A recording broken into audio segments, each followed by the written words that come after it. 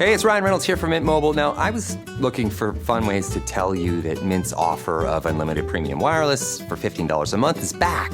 So I thought it would be fun if we made $15 bills. But it turns out that's very illegal. So there goes my big idea for the commercial. Give it a try at mintmobile.com/switch. Upfront payment of $45 for 3 months, $90 for 6 months, or $180 for 12-month plan required. $15 per month equivalent. Taxes and fees extra. Initial plan term only. Greater than 50 gigabytes may slow when network is busy. See terms. The Timeline is a Blue Wire podcast.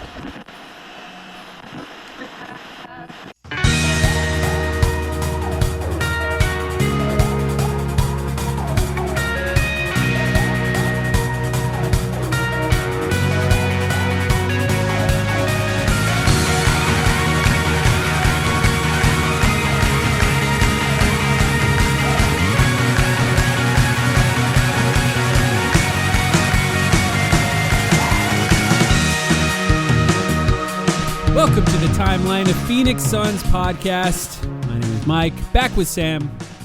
Sam, no more delaying the podcast for Team USA games. They're gone. How you doing? Yeah, they are gone. And I didn't watch last night, just like I didn't watch really any of this World Cup. So I'm doing pretty great because I'm just pretending that soccer doesn't exist, just like always. I know you watched a lot, so I'm sorry for you. I mean, I've watched 2 matches today as well. I delayed sending you the link to record this podcast by about 5 minutes so I could watch penalty kicks between Colombia and Switzerland. Guess who won? There you go. You want to guess? Colombia and Switzerland? Yeah. I'm going to guess Colombia won that. No, they did not. They lost in penalties. Wow. Pretty crazy. Well, I guess the high GDP per capita in Switzerland or whatever it is really paid off there. Yeah. Do you see the people at home, how he treats me? That when it's his thing, we have to make concessions and we have to push it off. You don't see me being like, I'm really sorry, but I have to watch Wimbledon. Okay, first of all, you do that all the time. You're like, I have to see this foreign film, so can we record at 9 p.m.? And you know what I say? Yes. That's perfectly fine. That's an appropriate reason to me. That's why this relationship still works after so many years. You got to find ways to support each other. Summer League starts in a couple of days. Friday for the Suns. All the players are training. They've reported to their, I guess we call it Summer League training camp. Mm-hmm. I don't know if they're in Vegas already. I don't think they are. I don't think they are, right? Because media was with them yesterday. Mm-hmm. So probably they don't actually get to Vegas until, say, tomorrow, Wednesday or something. Maybe even Thursday. But we got our first real, summer quotes. Yeah. And the official start of #Musclewatch, which, of course, is one of the longest-standing bits on this podcast. Should we? And we'll never die. Should we release a calendar? like a yearly calendar that tells you what part of the season we're in? You know, we got optimism season. You got that point just after the trade deadline where everyone thinks the NBA is a doomed product. We can really fill it out, I think, with different times. Slop season, that's 2 times a year for slop season. I don't think it would sell very well, but we could try a novelty calendar, $100 per. Yeah, that's try and make some designs if you want. All right, put firemen on the pictures. That's right. Rasheer Fleming. This is the only Musclewatch post that we got, right? I mean, the only quote that I saw. That is Musclewatch I saw related. the quote that Kaman Malawach is living in the gym. That's right. Has an NBA player ever come to these interviews and said, "Yeah, actually, I haven't worked out very much"? Maybe James Harden, like Shaq. Shaq would do that. They wouldn't. I think they don't directly say that, but I would say that you can often infer a hidden meaning behind what guys say. Mm-hmm. And just resting, getting my body right. Yeah. I was going to save this until we talked about Koa Pete, but the contrast, there was no, I'm just trying to get to my second contract sort of quotes coming out of the guys in the past week, right? Yeah, no. Maybe it's hard to say the exact right thing that differentiates you from any other prospect, but it's easy to say the wrong thing, right? It's easy to say the thing that differentiates you from DeAndre. You can stand out in a bad way just by talking to the media for 5 minutes. I don't know how easy it is to really stand out in a good way. And yeah, 2018, DeAndre Ayton stood out in a bad way, basically immediately. Everyone sort of just like brushed it off for 3 or 4 years, but the warning signs were always there with his motor. And I certainly don't think we have any guys like that when you look at the guys on the Summer League roster right now. No Alejandro Pete. Yeah. Yeah, right. No, yeah. Alternate personalities. Rasheer, actually, said that last year he really felt, anytime he was sort of bumping up against NBA players, he really felt that he needed more strength. And the coach of the Summer League, I forget who it is that's coaching it now. I should probably have written that down. Is one of the assistant coaches. Rasheer is at 250 pounds now. Jason Allen with a CH. That's right. Yes. 250 pounds for Rasheer Fleming. It feels right. I think, well, let's start here. Are you at all concerned about him being at 250? First of all, I don't know if I believe that he's actually at 250. It's true. All of this stuff you have to take with a grain of salt. It's true. Yeah. So he was listed at 232 at the draft combine. He is listed, according to the Summer League roster, at 240, and then the quote is that he's 250. Regardless, if he's 240 or 250, that's more than 230, right? Or whatever he was. Some people think he was 130 pounds last year. Yeah. What do you think? What do you think Rasheer's been eating? How did they get him that extra 15 or 20 pounds of? It's a good question. I don't know if he was here in Phoenix, because then it's just say tacos. Like, I'll just assume tacos. But yeah, I think what's that substance? Have you seen the videos that I have? That substance that's like the most protein dense thing on the planet. It's like per 100 grams, like 80% of it is just pure protein. But it's not. I'm not sure. Soylent? No, it's not. It's not Soylent Green. Although we might get there eventually. I have to look it up. You talk about Rasheer in the meantime. Yeah, so you're saying he was protein maxing is what you were saying. 250 is a lot for an NBA player. Don't get me wrong. I do think that his frame looks to be the type of frame that could support it. And I think with what he's going to be expected to do in the NBA, it makes sense for him to put on muscle and not necessarily lean out. Spirulina might be what I'm referring to. Okay. It's a nutrient-dense blue-green microalgae that grows naturally in both fresh and salt water. I do know what that is, actually. Yeah, there you go. They've got him on that diet. Yeah, they're feeding him 100%. They're feeding him that blue-green Play-Doh to get him up to 250 pounds. Yeah. I think he's going to be expected to play center more. Right? I mean, like, is anyone more likely a trade candidate than Mark Williams in this upcoming season? He's number one, especially if the Suns struggle like out of the gate. I don't even know. I don't even know who number one is. I mean, yeah, he's in that list. And I think if you're expected to be a small ball center, you have to add some strength.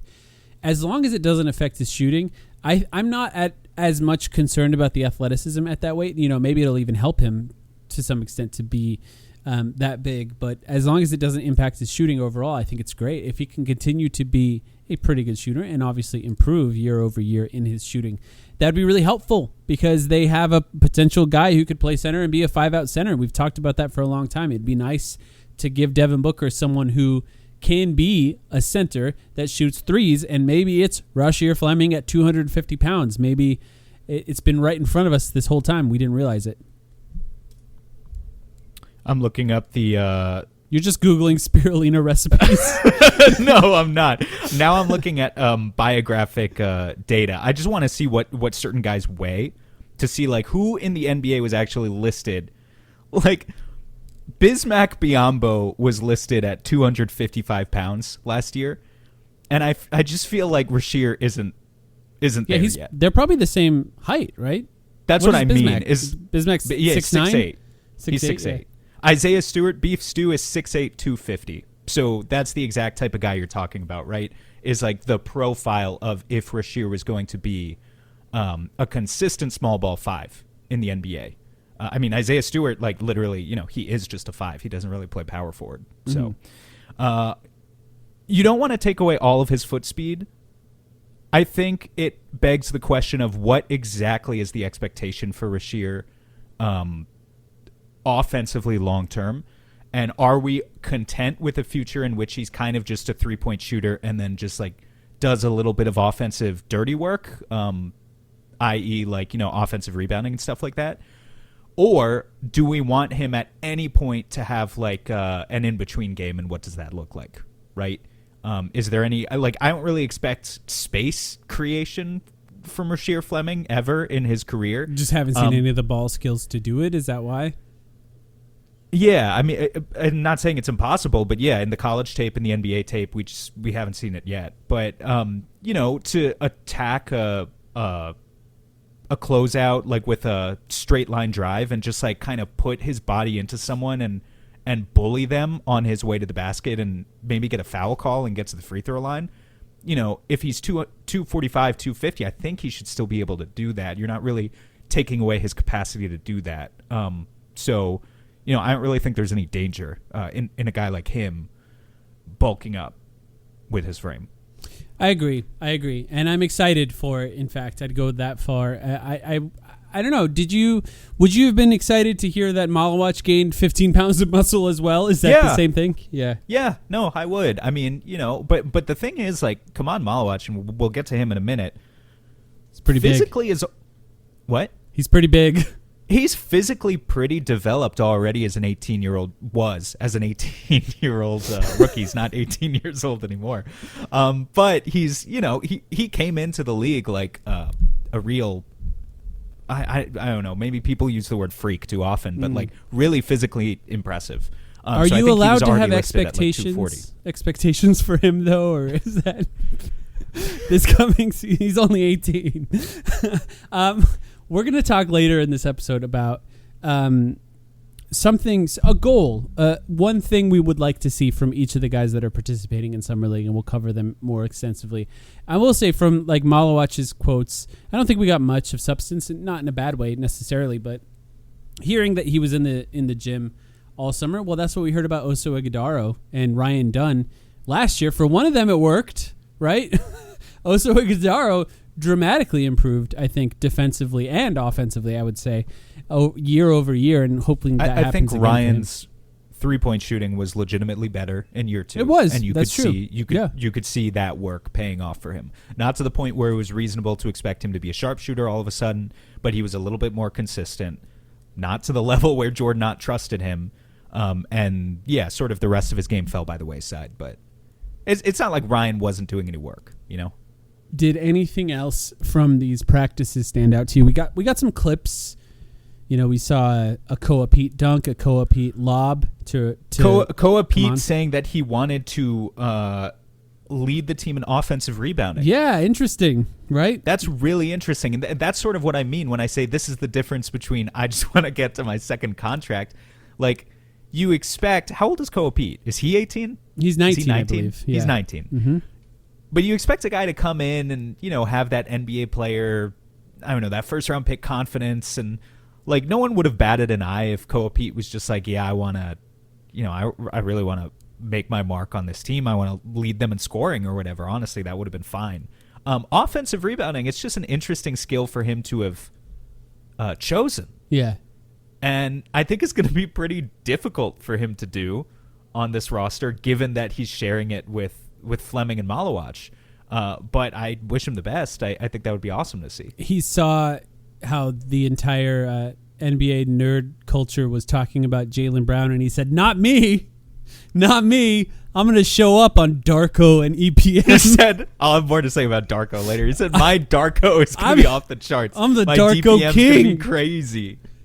Yeah. I mean, look, offensive rebound. A guy who comes in as a rookie and is already talking about how much he values offensive rebounding, it makes a lot of sense why. I mean, he's saying the right thing too, right? Because to me, that's the coaches, probably the things they've said to him, speaking through him. They probably literally told him, we need you to lead this team in offensive rebounding. By the way, I think that means he's going to get a lot of minutes, which is kind of exciting to see. And maybe when he's on the floor, we'll see some more of like stretch five from Kaman as well, because I mean, Koa can't shoot. So I think we can't expect him to be out there too much. The other thing that's happened in the last day, actually today mostly, Mark Williams and Colin Gillespie and Jordan Goodwin, I believe, all three of them, I think. You said Colin Gillespie's name there like you didn't know who that was. Colin Gillespie? I think Gillespie. Actually, now I don't remember if I saw it for Jordan Goodwin, but they signed their contracts. And yeah, so it's official. They're coming back. We expected this all. It's all things that need to be done. But to be fair, the Miles Bridges trade has not been announced yet. I don't think there's anything holding it up necessarily. It's probably just some sort of order of operations thing that they need to get done for Charlotte since they've made so many moves.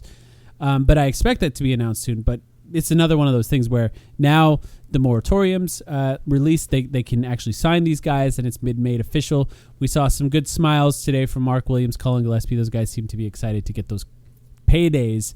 Mark Williams has made some money, to be fair, because he was a pretty high pick.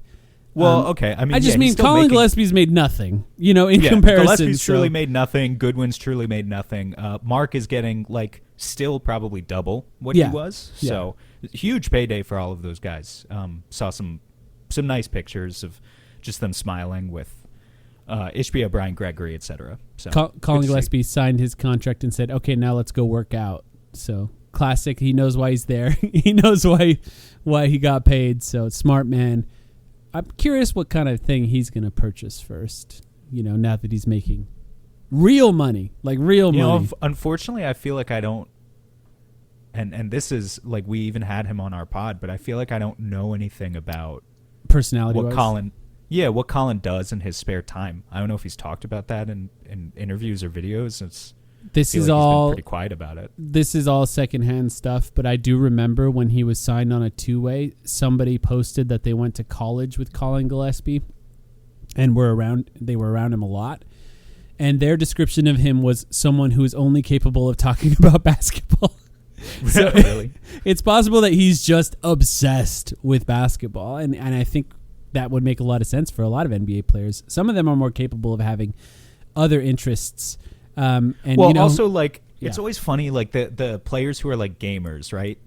Not to bring up DeAndre Ayton again, but I mean, gaming is such a cheap hobby. It's it's the beautiful thing about it is that it's so democratic in that way. But imagine being a millionaire and gaming is your top hobby. Then you start a Twitch channel, and then it becomes something that they talk about as a problem. Yeah, but at least it's a self-sustaining side business at that point too. We're talking about you drop a couple $1,000s on the consoles or a gaming computer or whatever, a really nice monitor. Yeah, it's not that expensive. So what are you gonna do if you suddenly have millions of dollars and your only hobby is gaming? You got to figure something else. Got to figure out something else fast. Do you know about we need one of these players to build a recording studio. Josh Okogie, the drummer. Do you know about the controller that can be used to cheat in 2K? No. It helps you green your shots? Nope. Okay, now that you know about it, do you think DeAndre Ayton used one? I mean, I could see it. There's just something about that makes sense in my mind. I had no idea that was a thing. Anyway. Yeah, he always really did want to be a shooter. It's true. If your business runs on 5 different apps, 12 browser tabs, and one spreadsheet that everyone's afraid to touch, it's probably time for Odoo. Odoo is an all-in-one business management software that connects every part of your business into one powerful, easy-to-use platform. So instead of wasting time switching between disconnected systems, your entire business works together in real time. Your team moves faster, your data stays accurate, and you can actually focus on growing your business. Let one unified system run your entire business. From the first opportunity to the final payment, everything works together in one place. Whether you're a small business or managing a large operation, Odoo gives you one flexible platform built to grow with you. Learn more at odoo.com. That's ODOO.com. This episode is brought to you by Progressive Insurance. Do you ever think about switching insurance companies to see if you could save some cash? Progressive makes it easy. Just drop in some details about yourself and see if you're eligible to save money when you bundle your home and auto policies. The process only takes minutes, and it could mean hundreds more in your pocket. Visit Progressive.com after this episode to see if you could save. Progressive Casualty Insurance Company and Affiliates. Potential savings will vary. Not available in all states. You've heard us talk about Alchemy Roast before, but if you still haven't tried them, consider this your reminder. One of the things I appreciate about Alchemy is that they're focused on the coffee itself. They source quality beans, roast in small batches, and pay attention to the details that make a difference in the cup. Whether you're making pour over, espresso, or just a standard drip coffee at home, it's the kind of coffee that makes you look forward to your morning routine. And if you're someone who drinks coffee every day, upgrading what you're brewing is one of the simplest changes you can make. And you've been hearing these ads thinking, I'll check it out later. Well, now is a good time. Head to alchemyroaster.com and use the promo code TIMELINE to get 10% off your order. That's alchemyroaster.com, promo code TIMELINE today to support them, a local Phoenix business, and to support us here on this podcast. You're listening to this podcast, so I know you've got a curious mind. Here's a helpful fact you may not know yet. Drivers who switch and save with Progressive save over $900 on average. Pop over to Progressive.com, answer some questions, and you'll get a quick quote with discounts that are easy to come by. In fact, 99% of their auto customers earn at least one discount. Visit Progressive.com and see if you can enjoy a little cash back. Progressive Casualty Insurance Company and Affiliates. National average 12-month savings of $946 by new customers surveyed who saved with Progressive between June 2024 and May 2025. Potential savings will vary.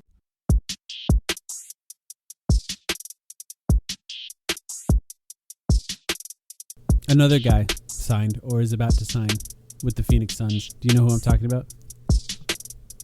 I mean, the Kennard signing isn't official yet. Are you talking about that? I'm talking about a man named Josh.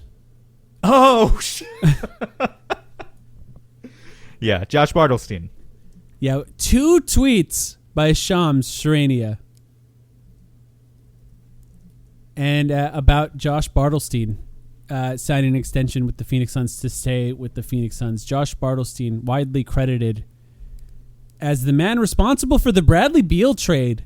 Now, there's a lot of people involved, and there's no direct reporting, by the way. I did a little research before this to see if anyone has taken credit for it behind the scenes, and nobody seems to want to take credit for that. I wonder why. The Suns traded for Bradley Beal, who had a no-trade clause. They did not get rid of the no-trade clause. They didn't do anything to shield them from any potential damage, and now they are building a team in Devin Booker's prime with $20 million on the cap for 5 years.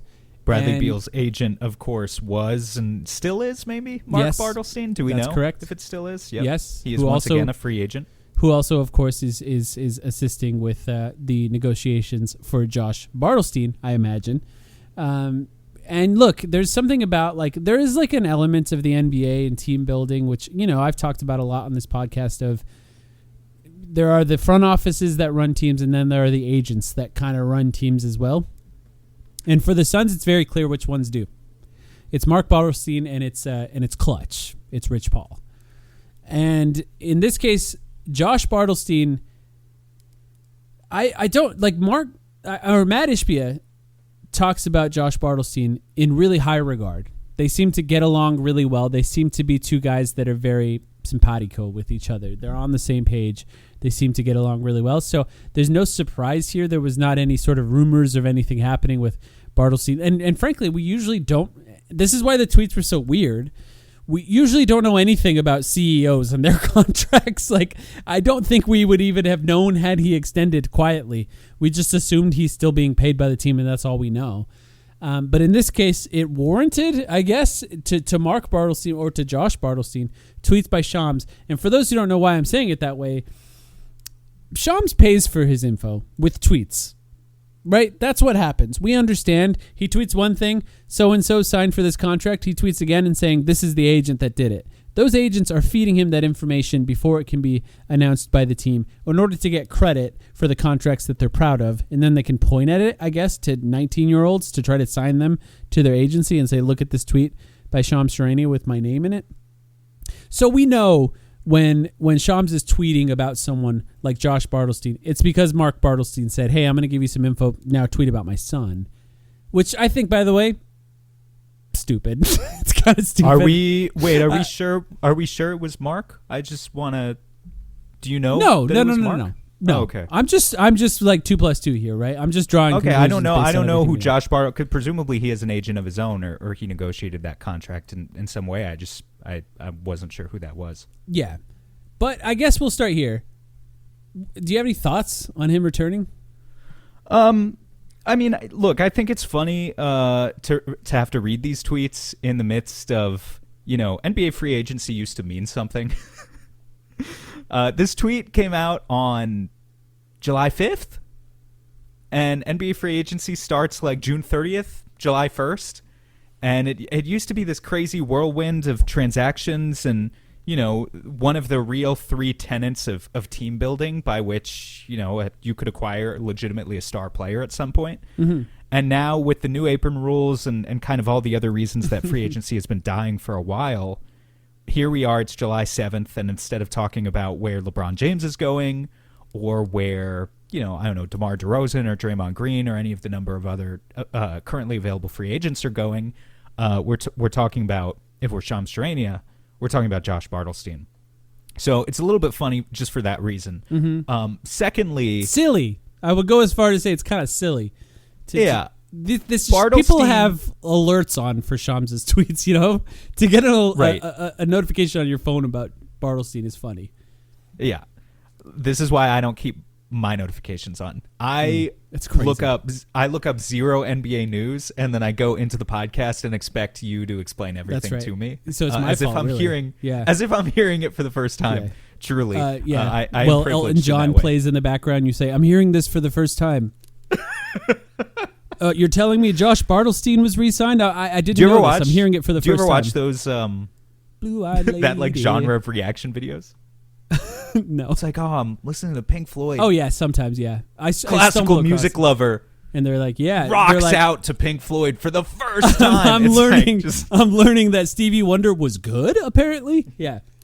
My dad listens to Radiohead for the first time. Anyway, all right. We're getting into different territory here.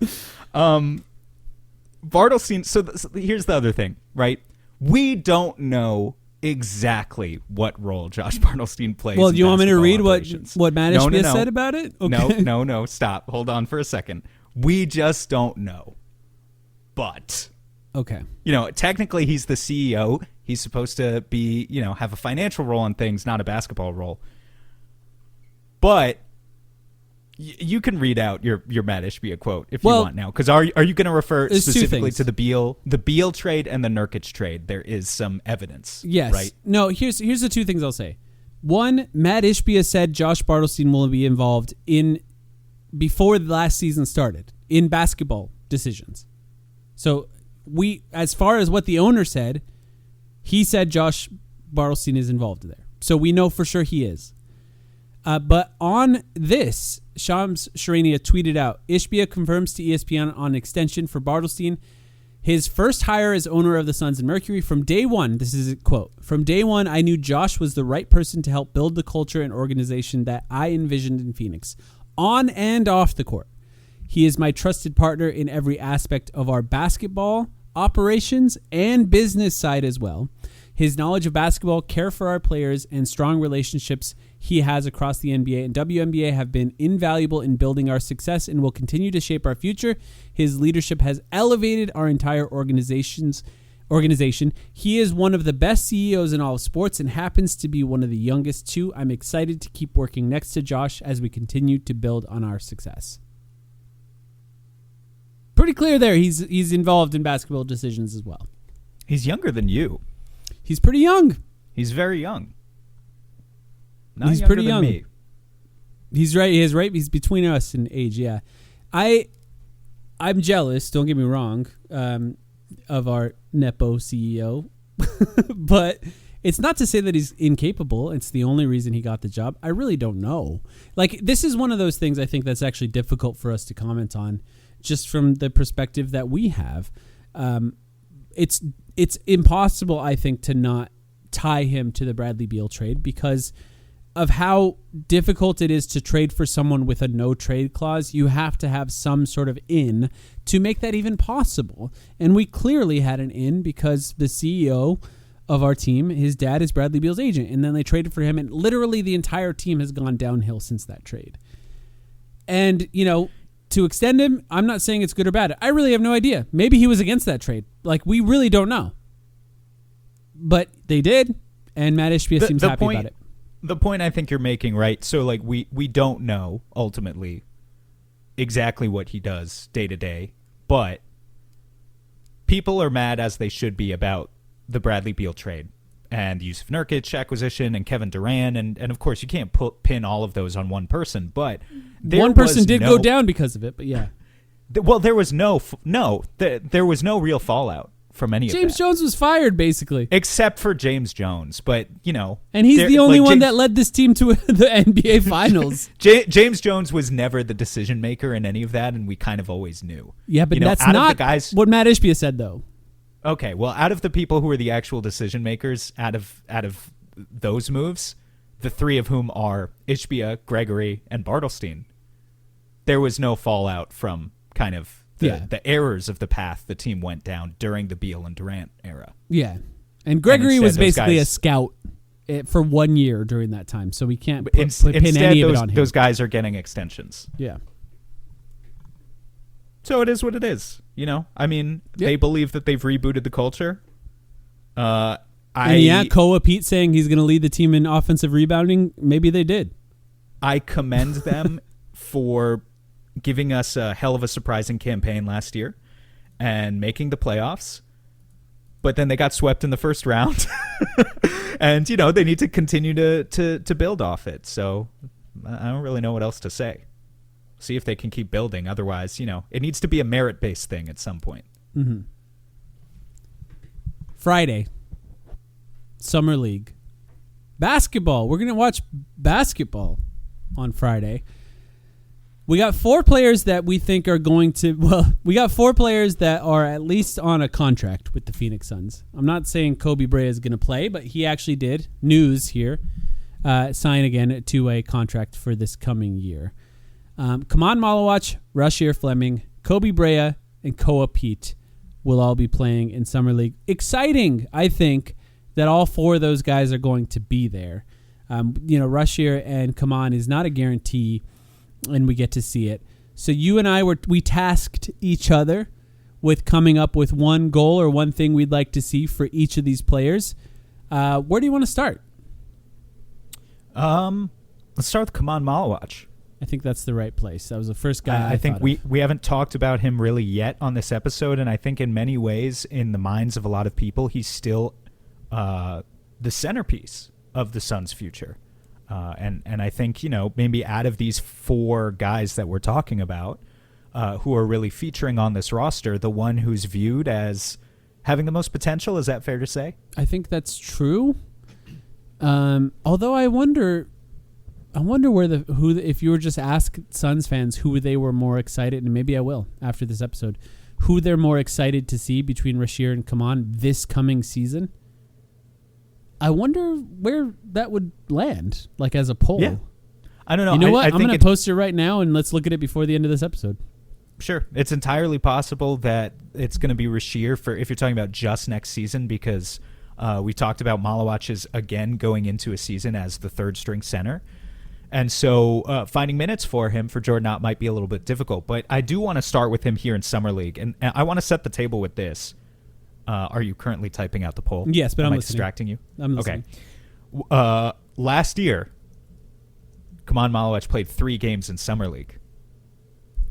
What do you remember? And again, if you're not ready to answer a question at this point, I could keep going for a little bit. But what do you remember anything from Malawach's Summer League? I remember we had a really good discussion with our friend David afterwards last offseason. But what do you remember from Musclewatch in Summer League, 3 games played as an 18-year-old?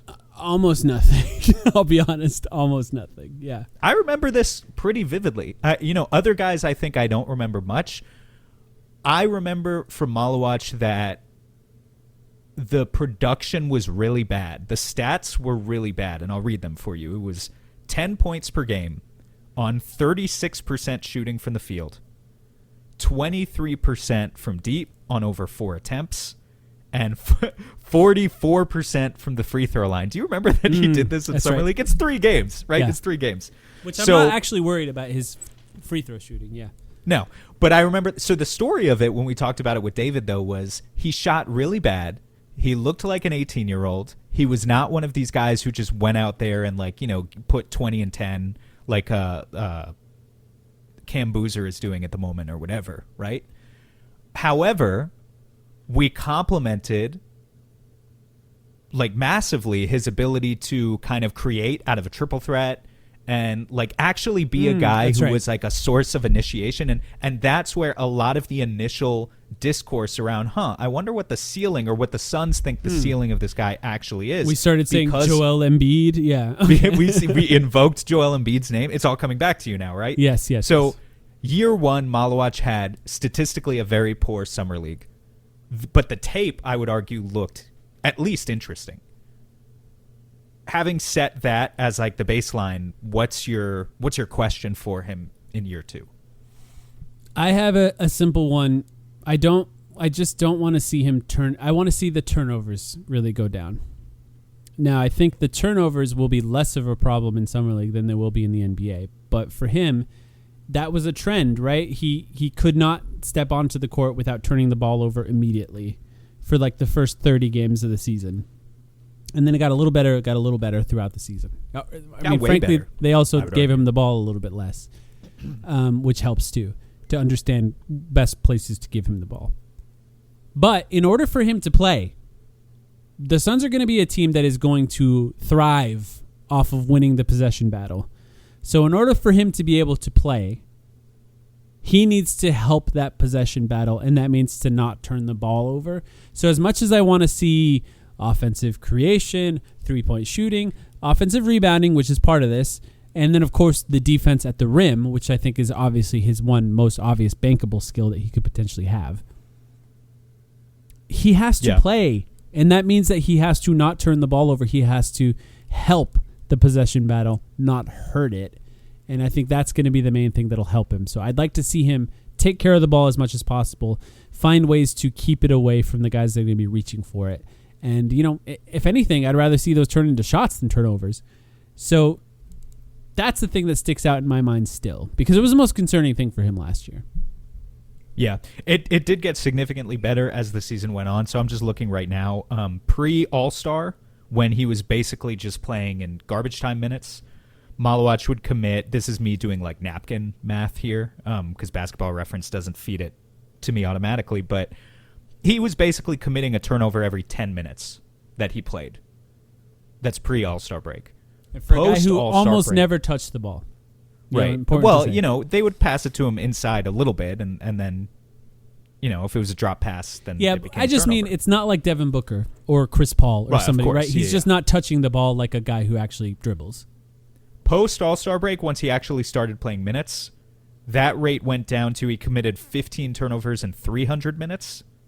So that is 1 in every 20 minutes. So it got twice as good, basically, yeah. Twice as good. He cut his turnover rate in half between the first and second half of the season. That's very significant, I would say, given the fact that he was actually playing against real NBA players at that point when he hit the floor. So, you know, I'm not super worried about the turnovers in Summer League. I'm at the point, last year we saw, you know, compelling tape, no statistical production. This year, I'd like to start to see the fruits of the labor, so to speak. Like, I would like to see evidence of Musclewatch being, because he's got great touch. We already know that. He's probably 10 pounds heavier than he was last year. I would like to see him, like, look a little bit more physically imposing compared to some other players in his ability to, you know, not necessarily, like, just be a straight-up post-up threat, but, like, catch lobs, draw fouls, score points without shooting 35% from the field. I think, you know, it's very concerning if, like, it doesn't bother me when you're 18 years old and you just got drafted and you do it. And I know maybe Summer League never matters statistically, but I think it kind of does. If you're a year 2 Summer League player and you're shooting 35% from the field as a big man, that's a problem. So, you know, this year we need to see Musclewatch try to create for himself a little bit, and it needs to actually work. a little bit too. That's the hope. He needs to be a real focal point of the offense of this roster, and I think it's set up, to be fair, for him to do just that. It's interesting because when you say create for himself, do you mean unassisted shots? Potentially. Because I think I don't care about that at all. I do. Because I think it's the reason why he was drafted. I think he was drafted to be, like, yes, obviously a defensive anchor. Like, that's, you mentioned it as his bankable skill.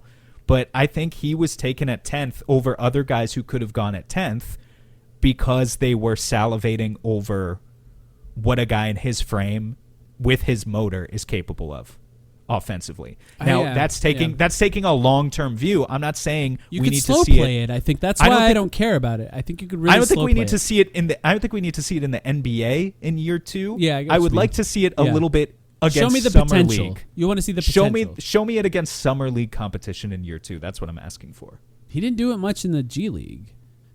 I'm not sure the competition is much easier in Summer League. He had a clip. I actually saw it the other day because it came up in my TikTok feed. One of his G League games last year where he threw it off the backboard to himself. Yeah. So, yeah, do that in Summer League. That's self-creation, baby. Yeah. I think for me, if he played the role that I expect him to play in the NBA in Summer League, where he's just screening, rolling, catching lobs at the rim, shooting three-pointers, and then maybe the occasional post-up on a switch, like a quick post turnaround hook shot kind of thing. Yeah. That's great. I'm not mad that I didn't see any self-creation there because I think, you could do that with better spacing and better, better spacing and better passing in quotes.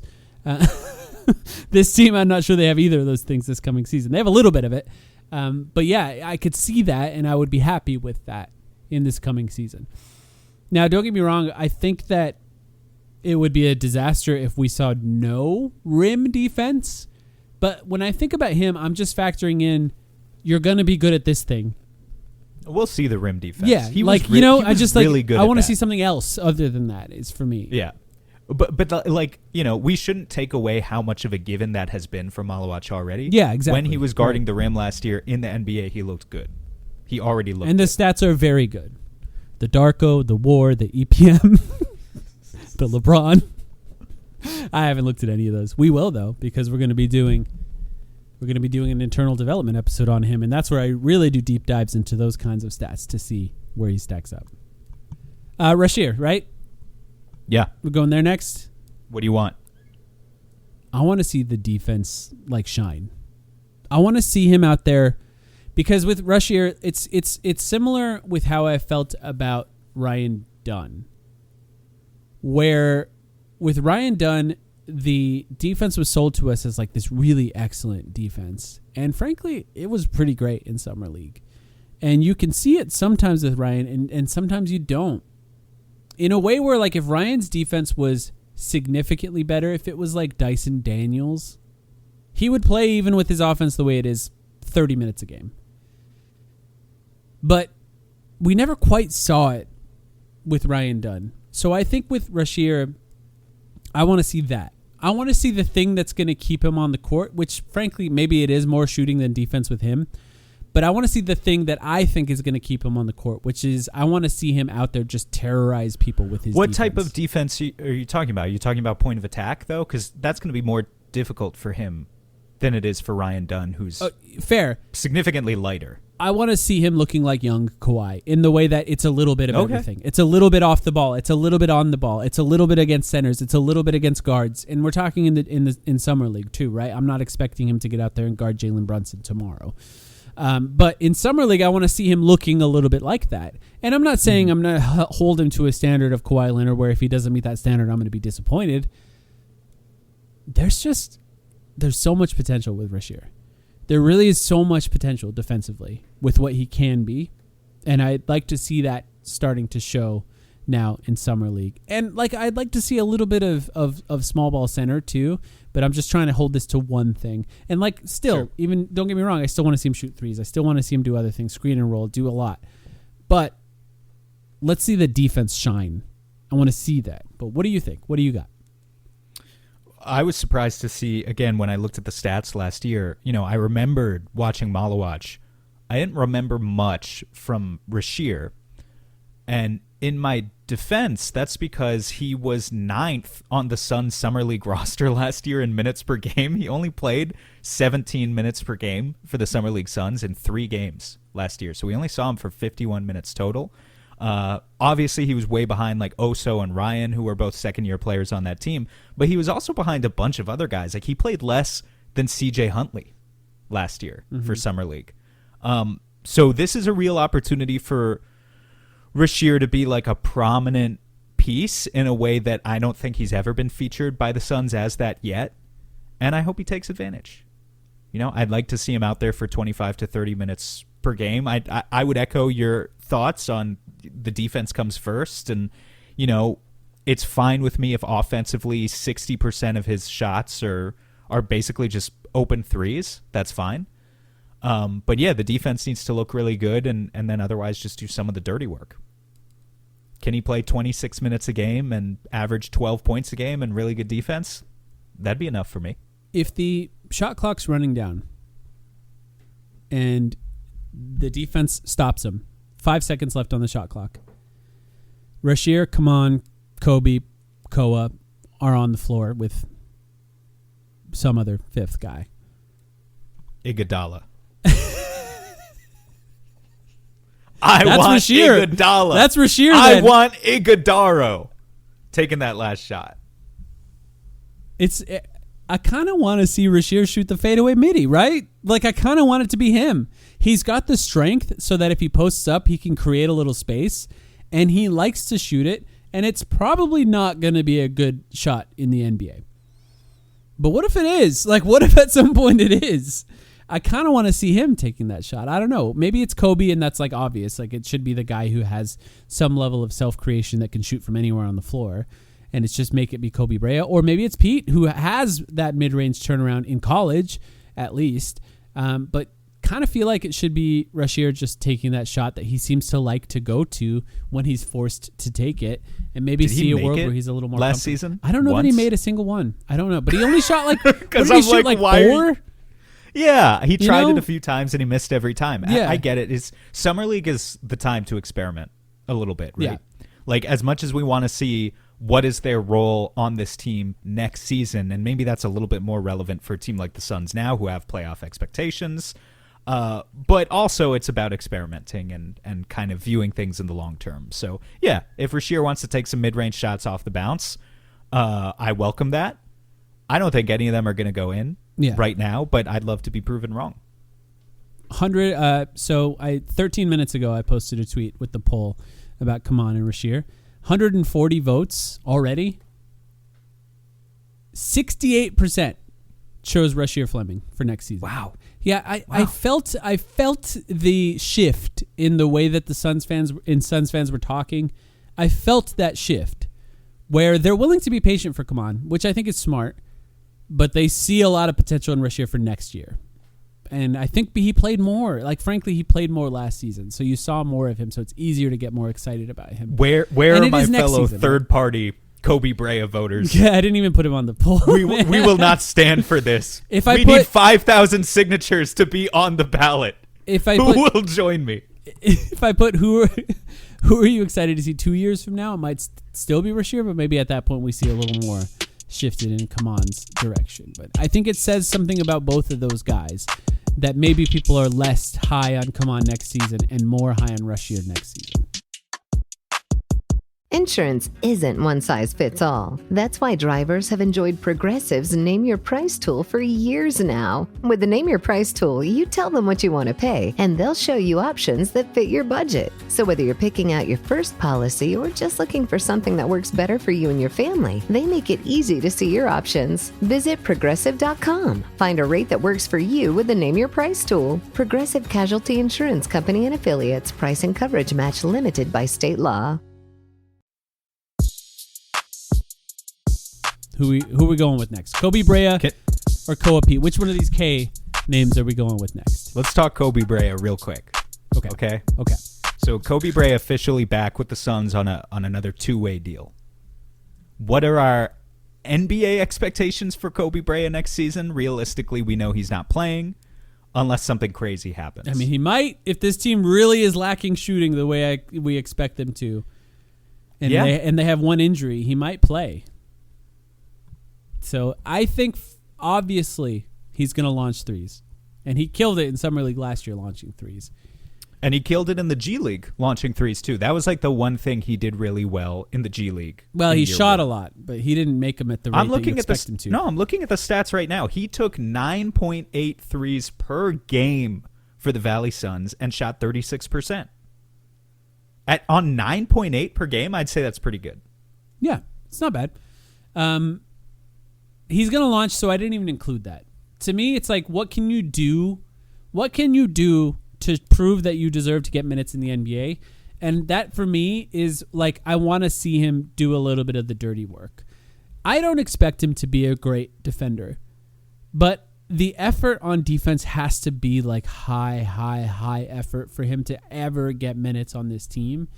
So that means I have to see him do some of the other stuff. Now, maybe for him, it's chasing offensive rebounds, or there's some sort of skill in there that we haven't quite unlocked. But I wrote it as, let's see you try to play defense. Let's see you actually get down in a stance and play some defense and be smart with the decisions you make on defense. Because if he's a guy that's out there that can shoot threes, but he's going to get picked on every single possession defensively, he'll never play in the NBA. Like, he won't have a career. So that's what I want to see. I want to see that. Maybe it's asking too much for him, but we're talking about a guy that's on a two-way, so maybe it's not that. I don't think it's asking too much. I mean, I think we've seen a little bit of the defensive potential from him at Kentucky his final year in college and then in the G League a little bit anyway. Maybe not to like the lockdown defensive level, but I mean, I would go, like, I basically had the same idea as you here. It's not necessarily just defense, but that idea of, we all know Kobe can shoot. If this were 2014, we would still be in the era of the NBA where it's like, okay, you're an unimpressive player who like just shoots a bunch of threes. Like, that can get you 15 minutes a game in the NBA, like that alone, you know, and it's okay to be Steve Novak or whatever. Mm-hmm. But like, that era is over. You need to do something else other than just the three-point shooting, and that comes through, you know, crashing the offensive glass, being a secondary playmaker, being a defensive stopper, a source of paint touches when you have the ball in your hands. He doesn't need to be all of these things, because if he was all of those things, then he'd be really fucking amazing. He'd be in the NBA. But like, he'd be on a full contract. Yeah. Well, but one. Exactly. One other exactly. Like what we're asking for right now. Be a possession maxer, yeah. Yeah, it's unfortunate because like Kobe Bryant is 6'5", maybe 6'6". He might be 6'6", but he has a neutral wingspan, and he's not going to like blow by you with his natural speed and athleticism. If he were 6'9" and a forward who just shot threes, he might have been drafted 20 spots higher just because of that. And you're Dean could Wade just like, or whatever, like at that point. And could just rely on his size to like grab some rebounds and whatever. But unfortunately for him, he's more of a guard size, which means to survive in the NBA, we know he can shoot, but he needs to give us one other thing. I would identify just sort of the secondary creation. It could be that too. Yeah. If he unlocks any level of that, then it completely changes his trajectory for the NBA. Even at the G League level last year, Kobe shot 43% on two-pointers, a lot of those being kind of mid-range shots and stopping short and taking the 14 or 16-footer instead of getting all the way to the basket. You know, can you give me a little bit more?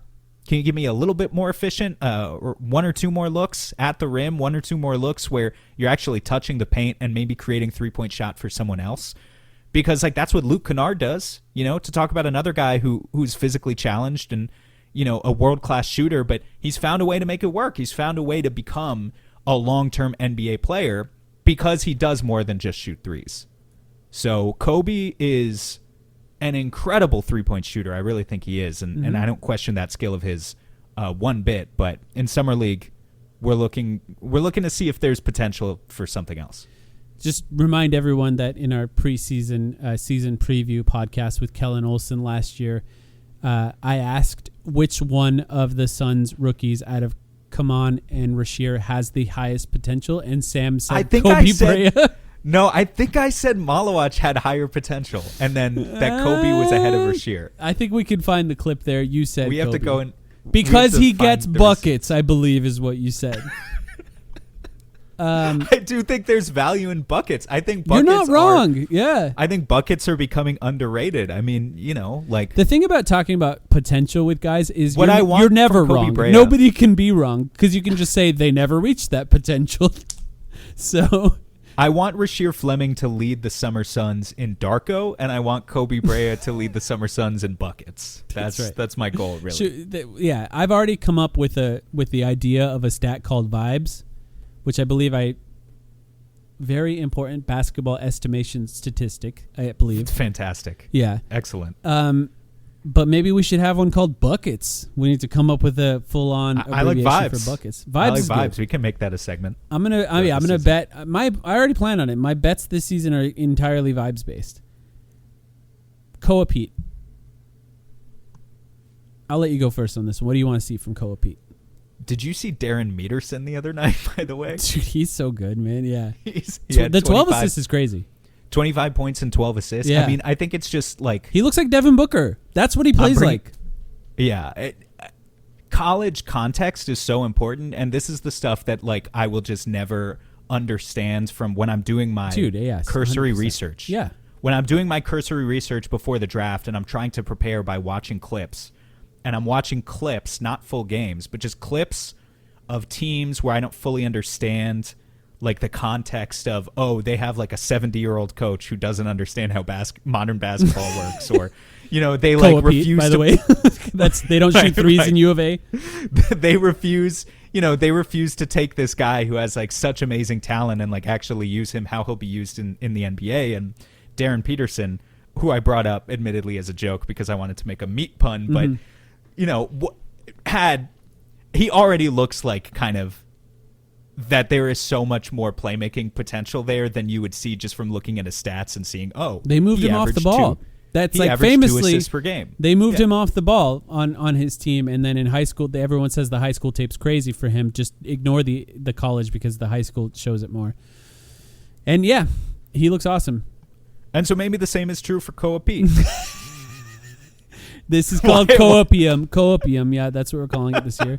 It's a form of copium that is related directly to the Phoenix Suns, and I love it. Don't get me wrong. Hey, Summer League has sold us on guys before in the past, and we've been wrong. We have been wrong, but sometimes we're right. What I want to see from Koa Pete is a little bit of the ball skills. I want him to flash a little bit of the pizzazz in a way that I feel like other guys, like Rasheer Fleming as a prospect to me, and I reserve the right to be wrong about any of these guys, okay?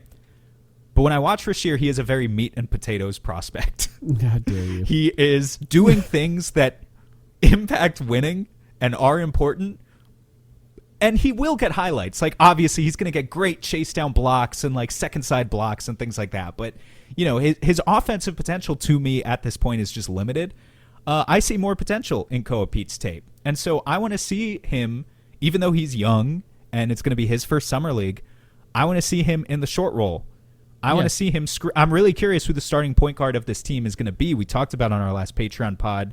One guy I'm curious about is Darius Brown II. He has G League experience, averaging over 10 assists per game. And I think that's just like the perfect type of setup man you need when you're trying to feature other players in the summer. But ultimately, I don't know who's going to be starting at point guard for this team. I want to see Koa Pete, though, finishing out of the second, the short roll, and just kind of operating as a screener because I think he can already do it. It's interesting because I want to see him run pick and rolls. I want to see him as the ball handler. Interesting. To me, and what you're asking for is what he needs to do. You're right. Don't get me wrong, because that's how he gets on the court in the NBA.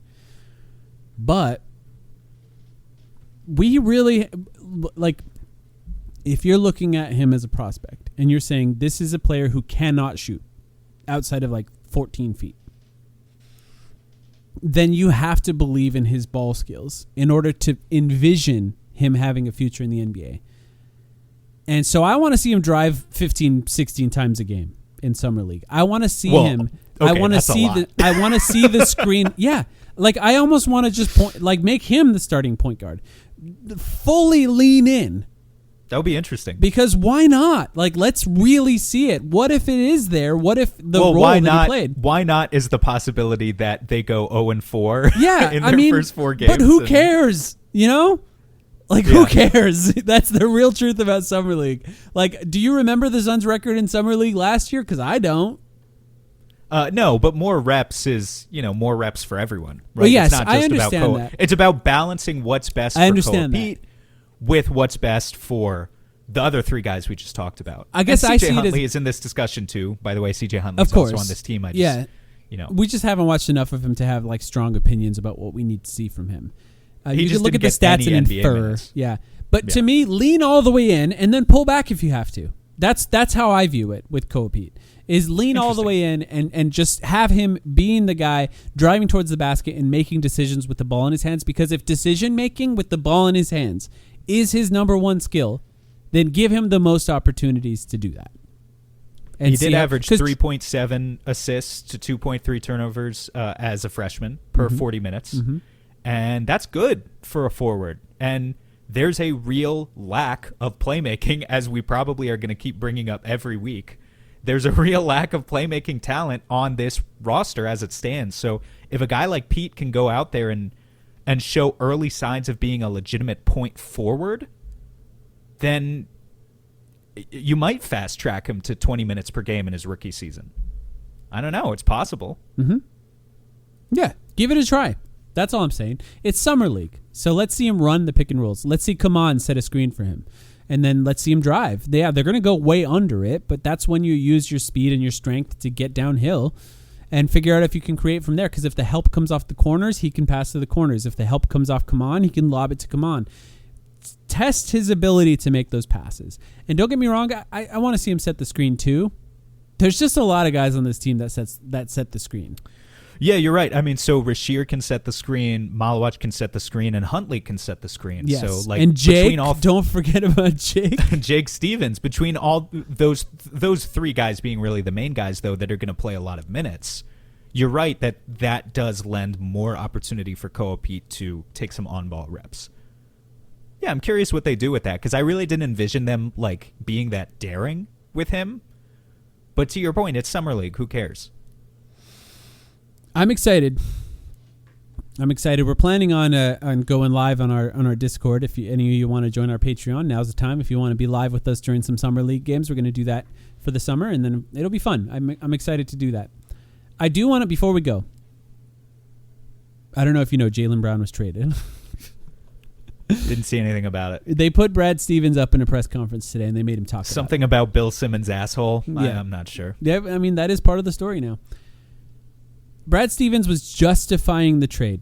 Now, we'll talk about how he undercut everything by the trade itself, everything he said by making the trade he actually made. But he said the path looked a little bit more challenging to me with 70% of our cap and such a high usage between 2 players. And the reality in this era and in this day and age in the NBA is you have to do a great job in building depth. He also said the new CBA coincided 7 years after the Supermaxes were instituted.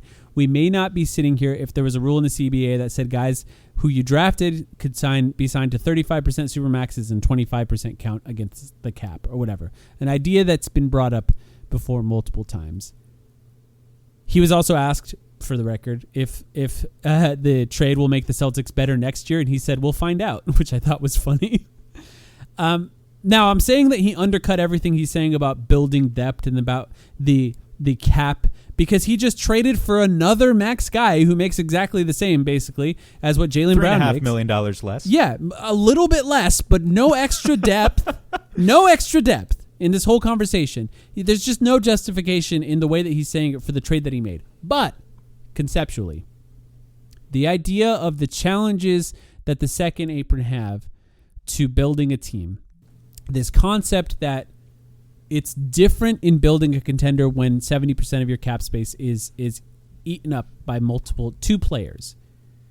I'm just curious what your thoughts are on that and just sort of how it applies to the Phoenix Suns, because I think there's some validity in what he's saying. The Knicks are an interesting test case in here's how you can do it in a different way. They had depth, Well, but they have a guy who took a pay cut or is underpaid in order to build this team, and that's just not something you can guarantee to happen with any future team in the NBA. And the Knicks said, hey, what if we had a top 10 player in the NBA but actually paid him like a top 50 player? Yeah. What if is he a made total Jakob inversion of Poeltl how it money? normally works. Yeah. What if he made Jakob Poeltl money? And can he still get? And like, because what happened with the Spurs and what happened with the OKC Thunder is they had players on rookie contracts outplaying those rookie contracts, and that allowed the OKC Thunder to win an NBA title. No, don't get me wrong, they still had a guy on a max, and they still have other guys that are making essentially max money in the future, but those are early maxes. They're different than the one, say, Donovan Mitchell just signed that ends with him making $74 million in the last year when he's 34 years old. They're different. But like thinking about the way the Suns are building a team, there's the path that he's talking about with one guy making a max and then the best team fitting around him. That's what they're trying to do. And that's what, they're trying to do. But the other thing they do is trade away every pick. So they're not going to have a bunch of young players. You're not going to take a bunch of swings at a bunch of young players and then figure out which ones are going to outplay their contracts and play them more. I think for the Suns, at least, I don't see a path where they're going to be able to do that. So I don't know. Do you have thoughts on this? In team building wise, what the future of the NBA looks like? Yeah, I mean, but we've talked about it before, certainly like how restrictive the CBA is and definitely this concept of, I think even 70% as a number has come up before of paying, that percentage of your cap towards two players. I think the difficulty is, if there's anything the NBA has taught me over the past 5 or 10 years of covering it, I just don't think even now that there's one hard, fast rule. Like sometimes the better approach is going to be building around the one guy because that one guy, and surrounding him with depth, because that one guy truly can ascend to the height of a top 5 MVP candidate in the NBA. And sometimes you're going to want more of a 1A and 1B situation, even if that means you sacrifice some depth in the process. So, I know it's like a cop-out answer, but I think it's going to continue to be contextual for the Suns. I am worried about the fact that Devin Booker is on one of those Donovan Mitchell-type contracts. And, he's been really good still, obviously, in the context of being, a great NBA player. But, like, the expectations just naturally have to be so high when you start making $60 million a year. And he didn't really meet those expectations last season, at least. So that makes the team building around him difficult. If you want to actually win a championship, if you just want to be a good team, then it's kind of different. As long as you have a star player, you can be a good team for a long time. But if you want to win a championship, if you want to win 4 playoff series, then you kind of need to maximize on the margins of every single move. It's going to be interesting to see where it goes, because I will say, like, every time you sort of get used to what team building is, then the rules change, and then you have to change it as well. The Suns, for example, finally got an owner willing to spend, and then they restricted your ability to spend and make a good team out of it. So, right, that's very, very much the story of being a Suns fan in the 2020s. Yeah, that the monkey's paw curled, and we finally got rid of our old owner, and we got an owner who was willing to spend. And look at what's happening in Portland, where there's an owner who's just, not going to be willing to spend whatsoever. Although we'll see what he does for their actual basketball roster. Maybe he makes an exception there. But we have an owner who's willing to spend, and then they change the rules, and that sucks.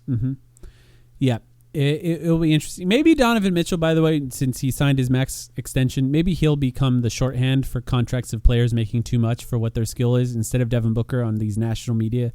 Trae Young. Trae Young's another guy. Yeah. Last thing, so Steph No, who's a reporter on Twitter, he came up with a tool that uses Darko. This is why we were making a bunch of Darko jokes today.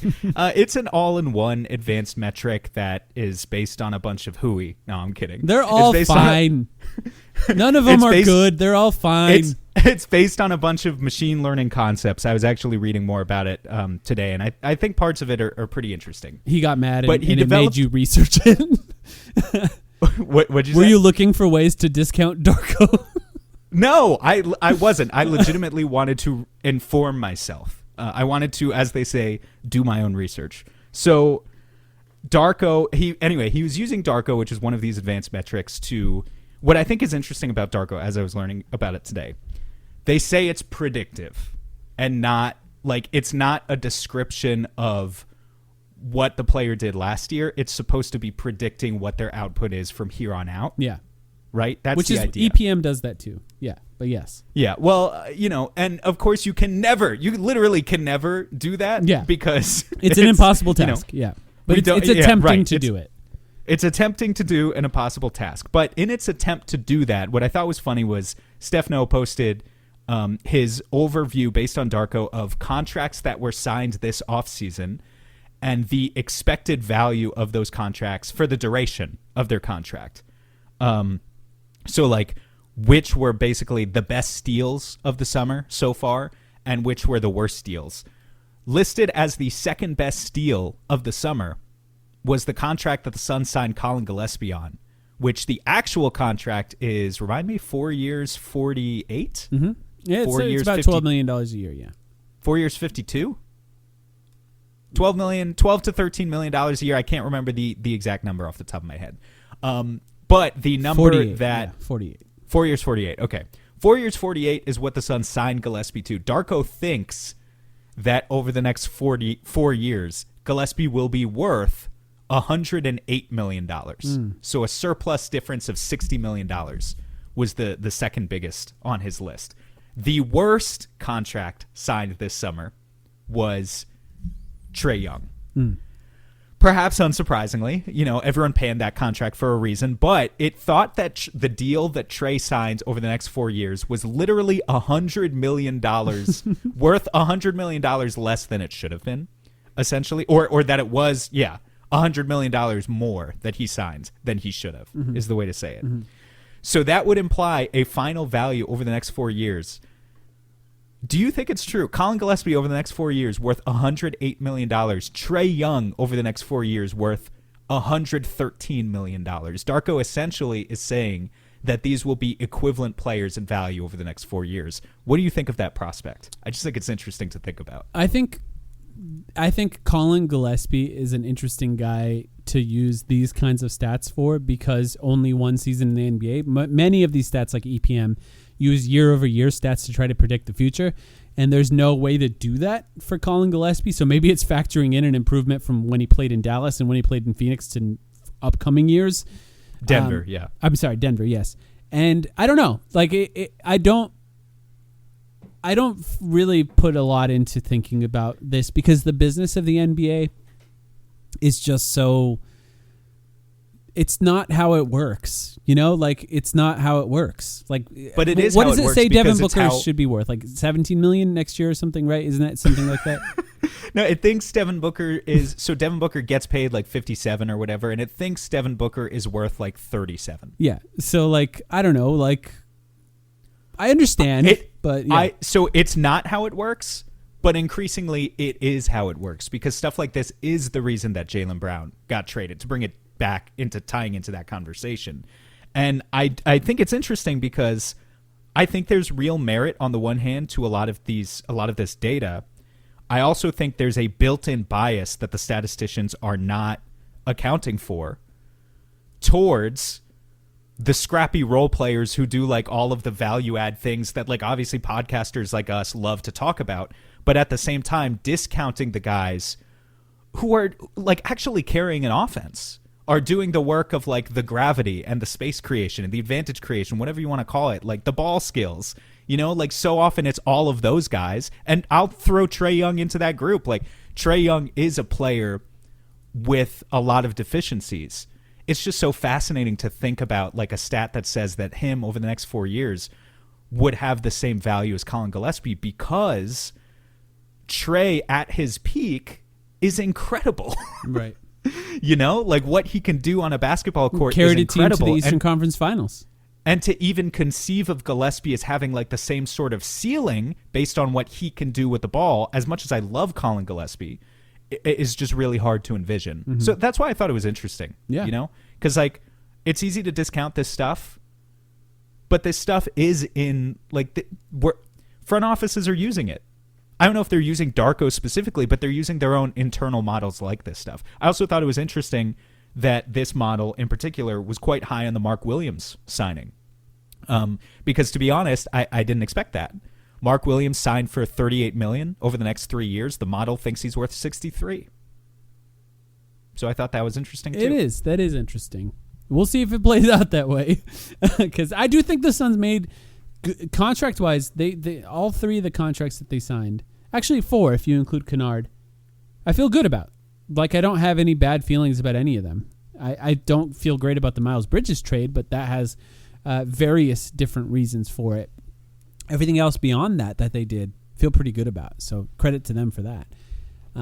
Anything else before we go? We somehow got to an hour and 10 plus in an off-season podcast with zero news to talk about.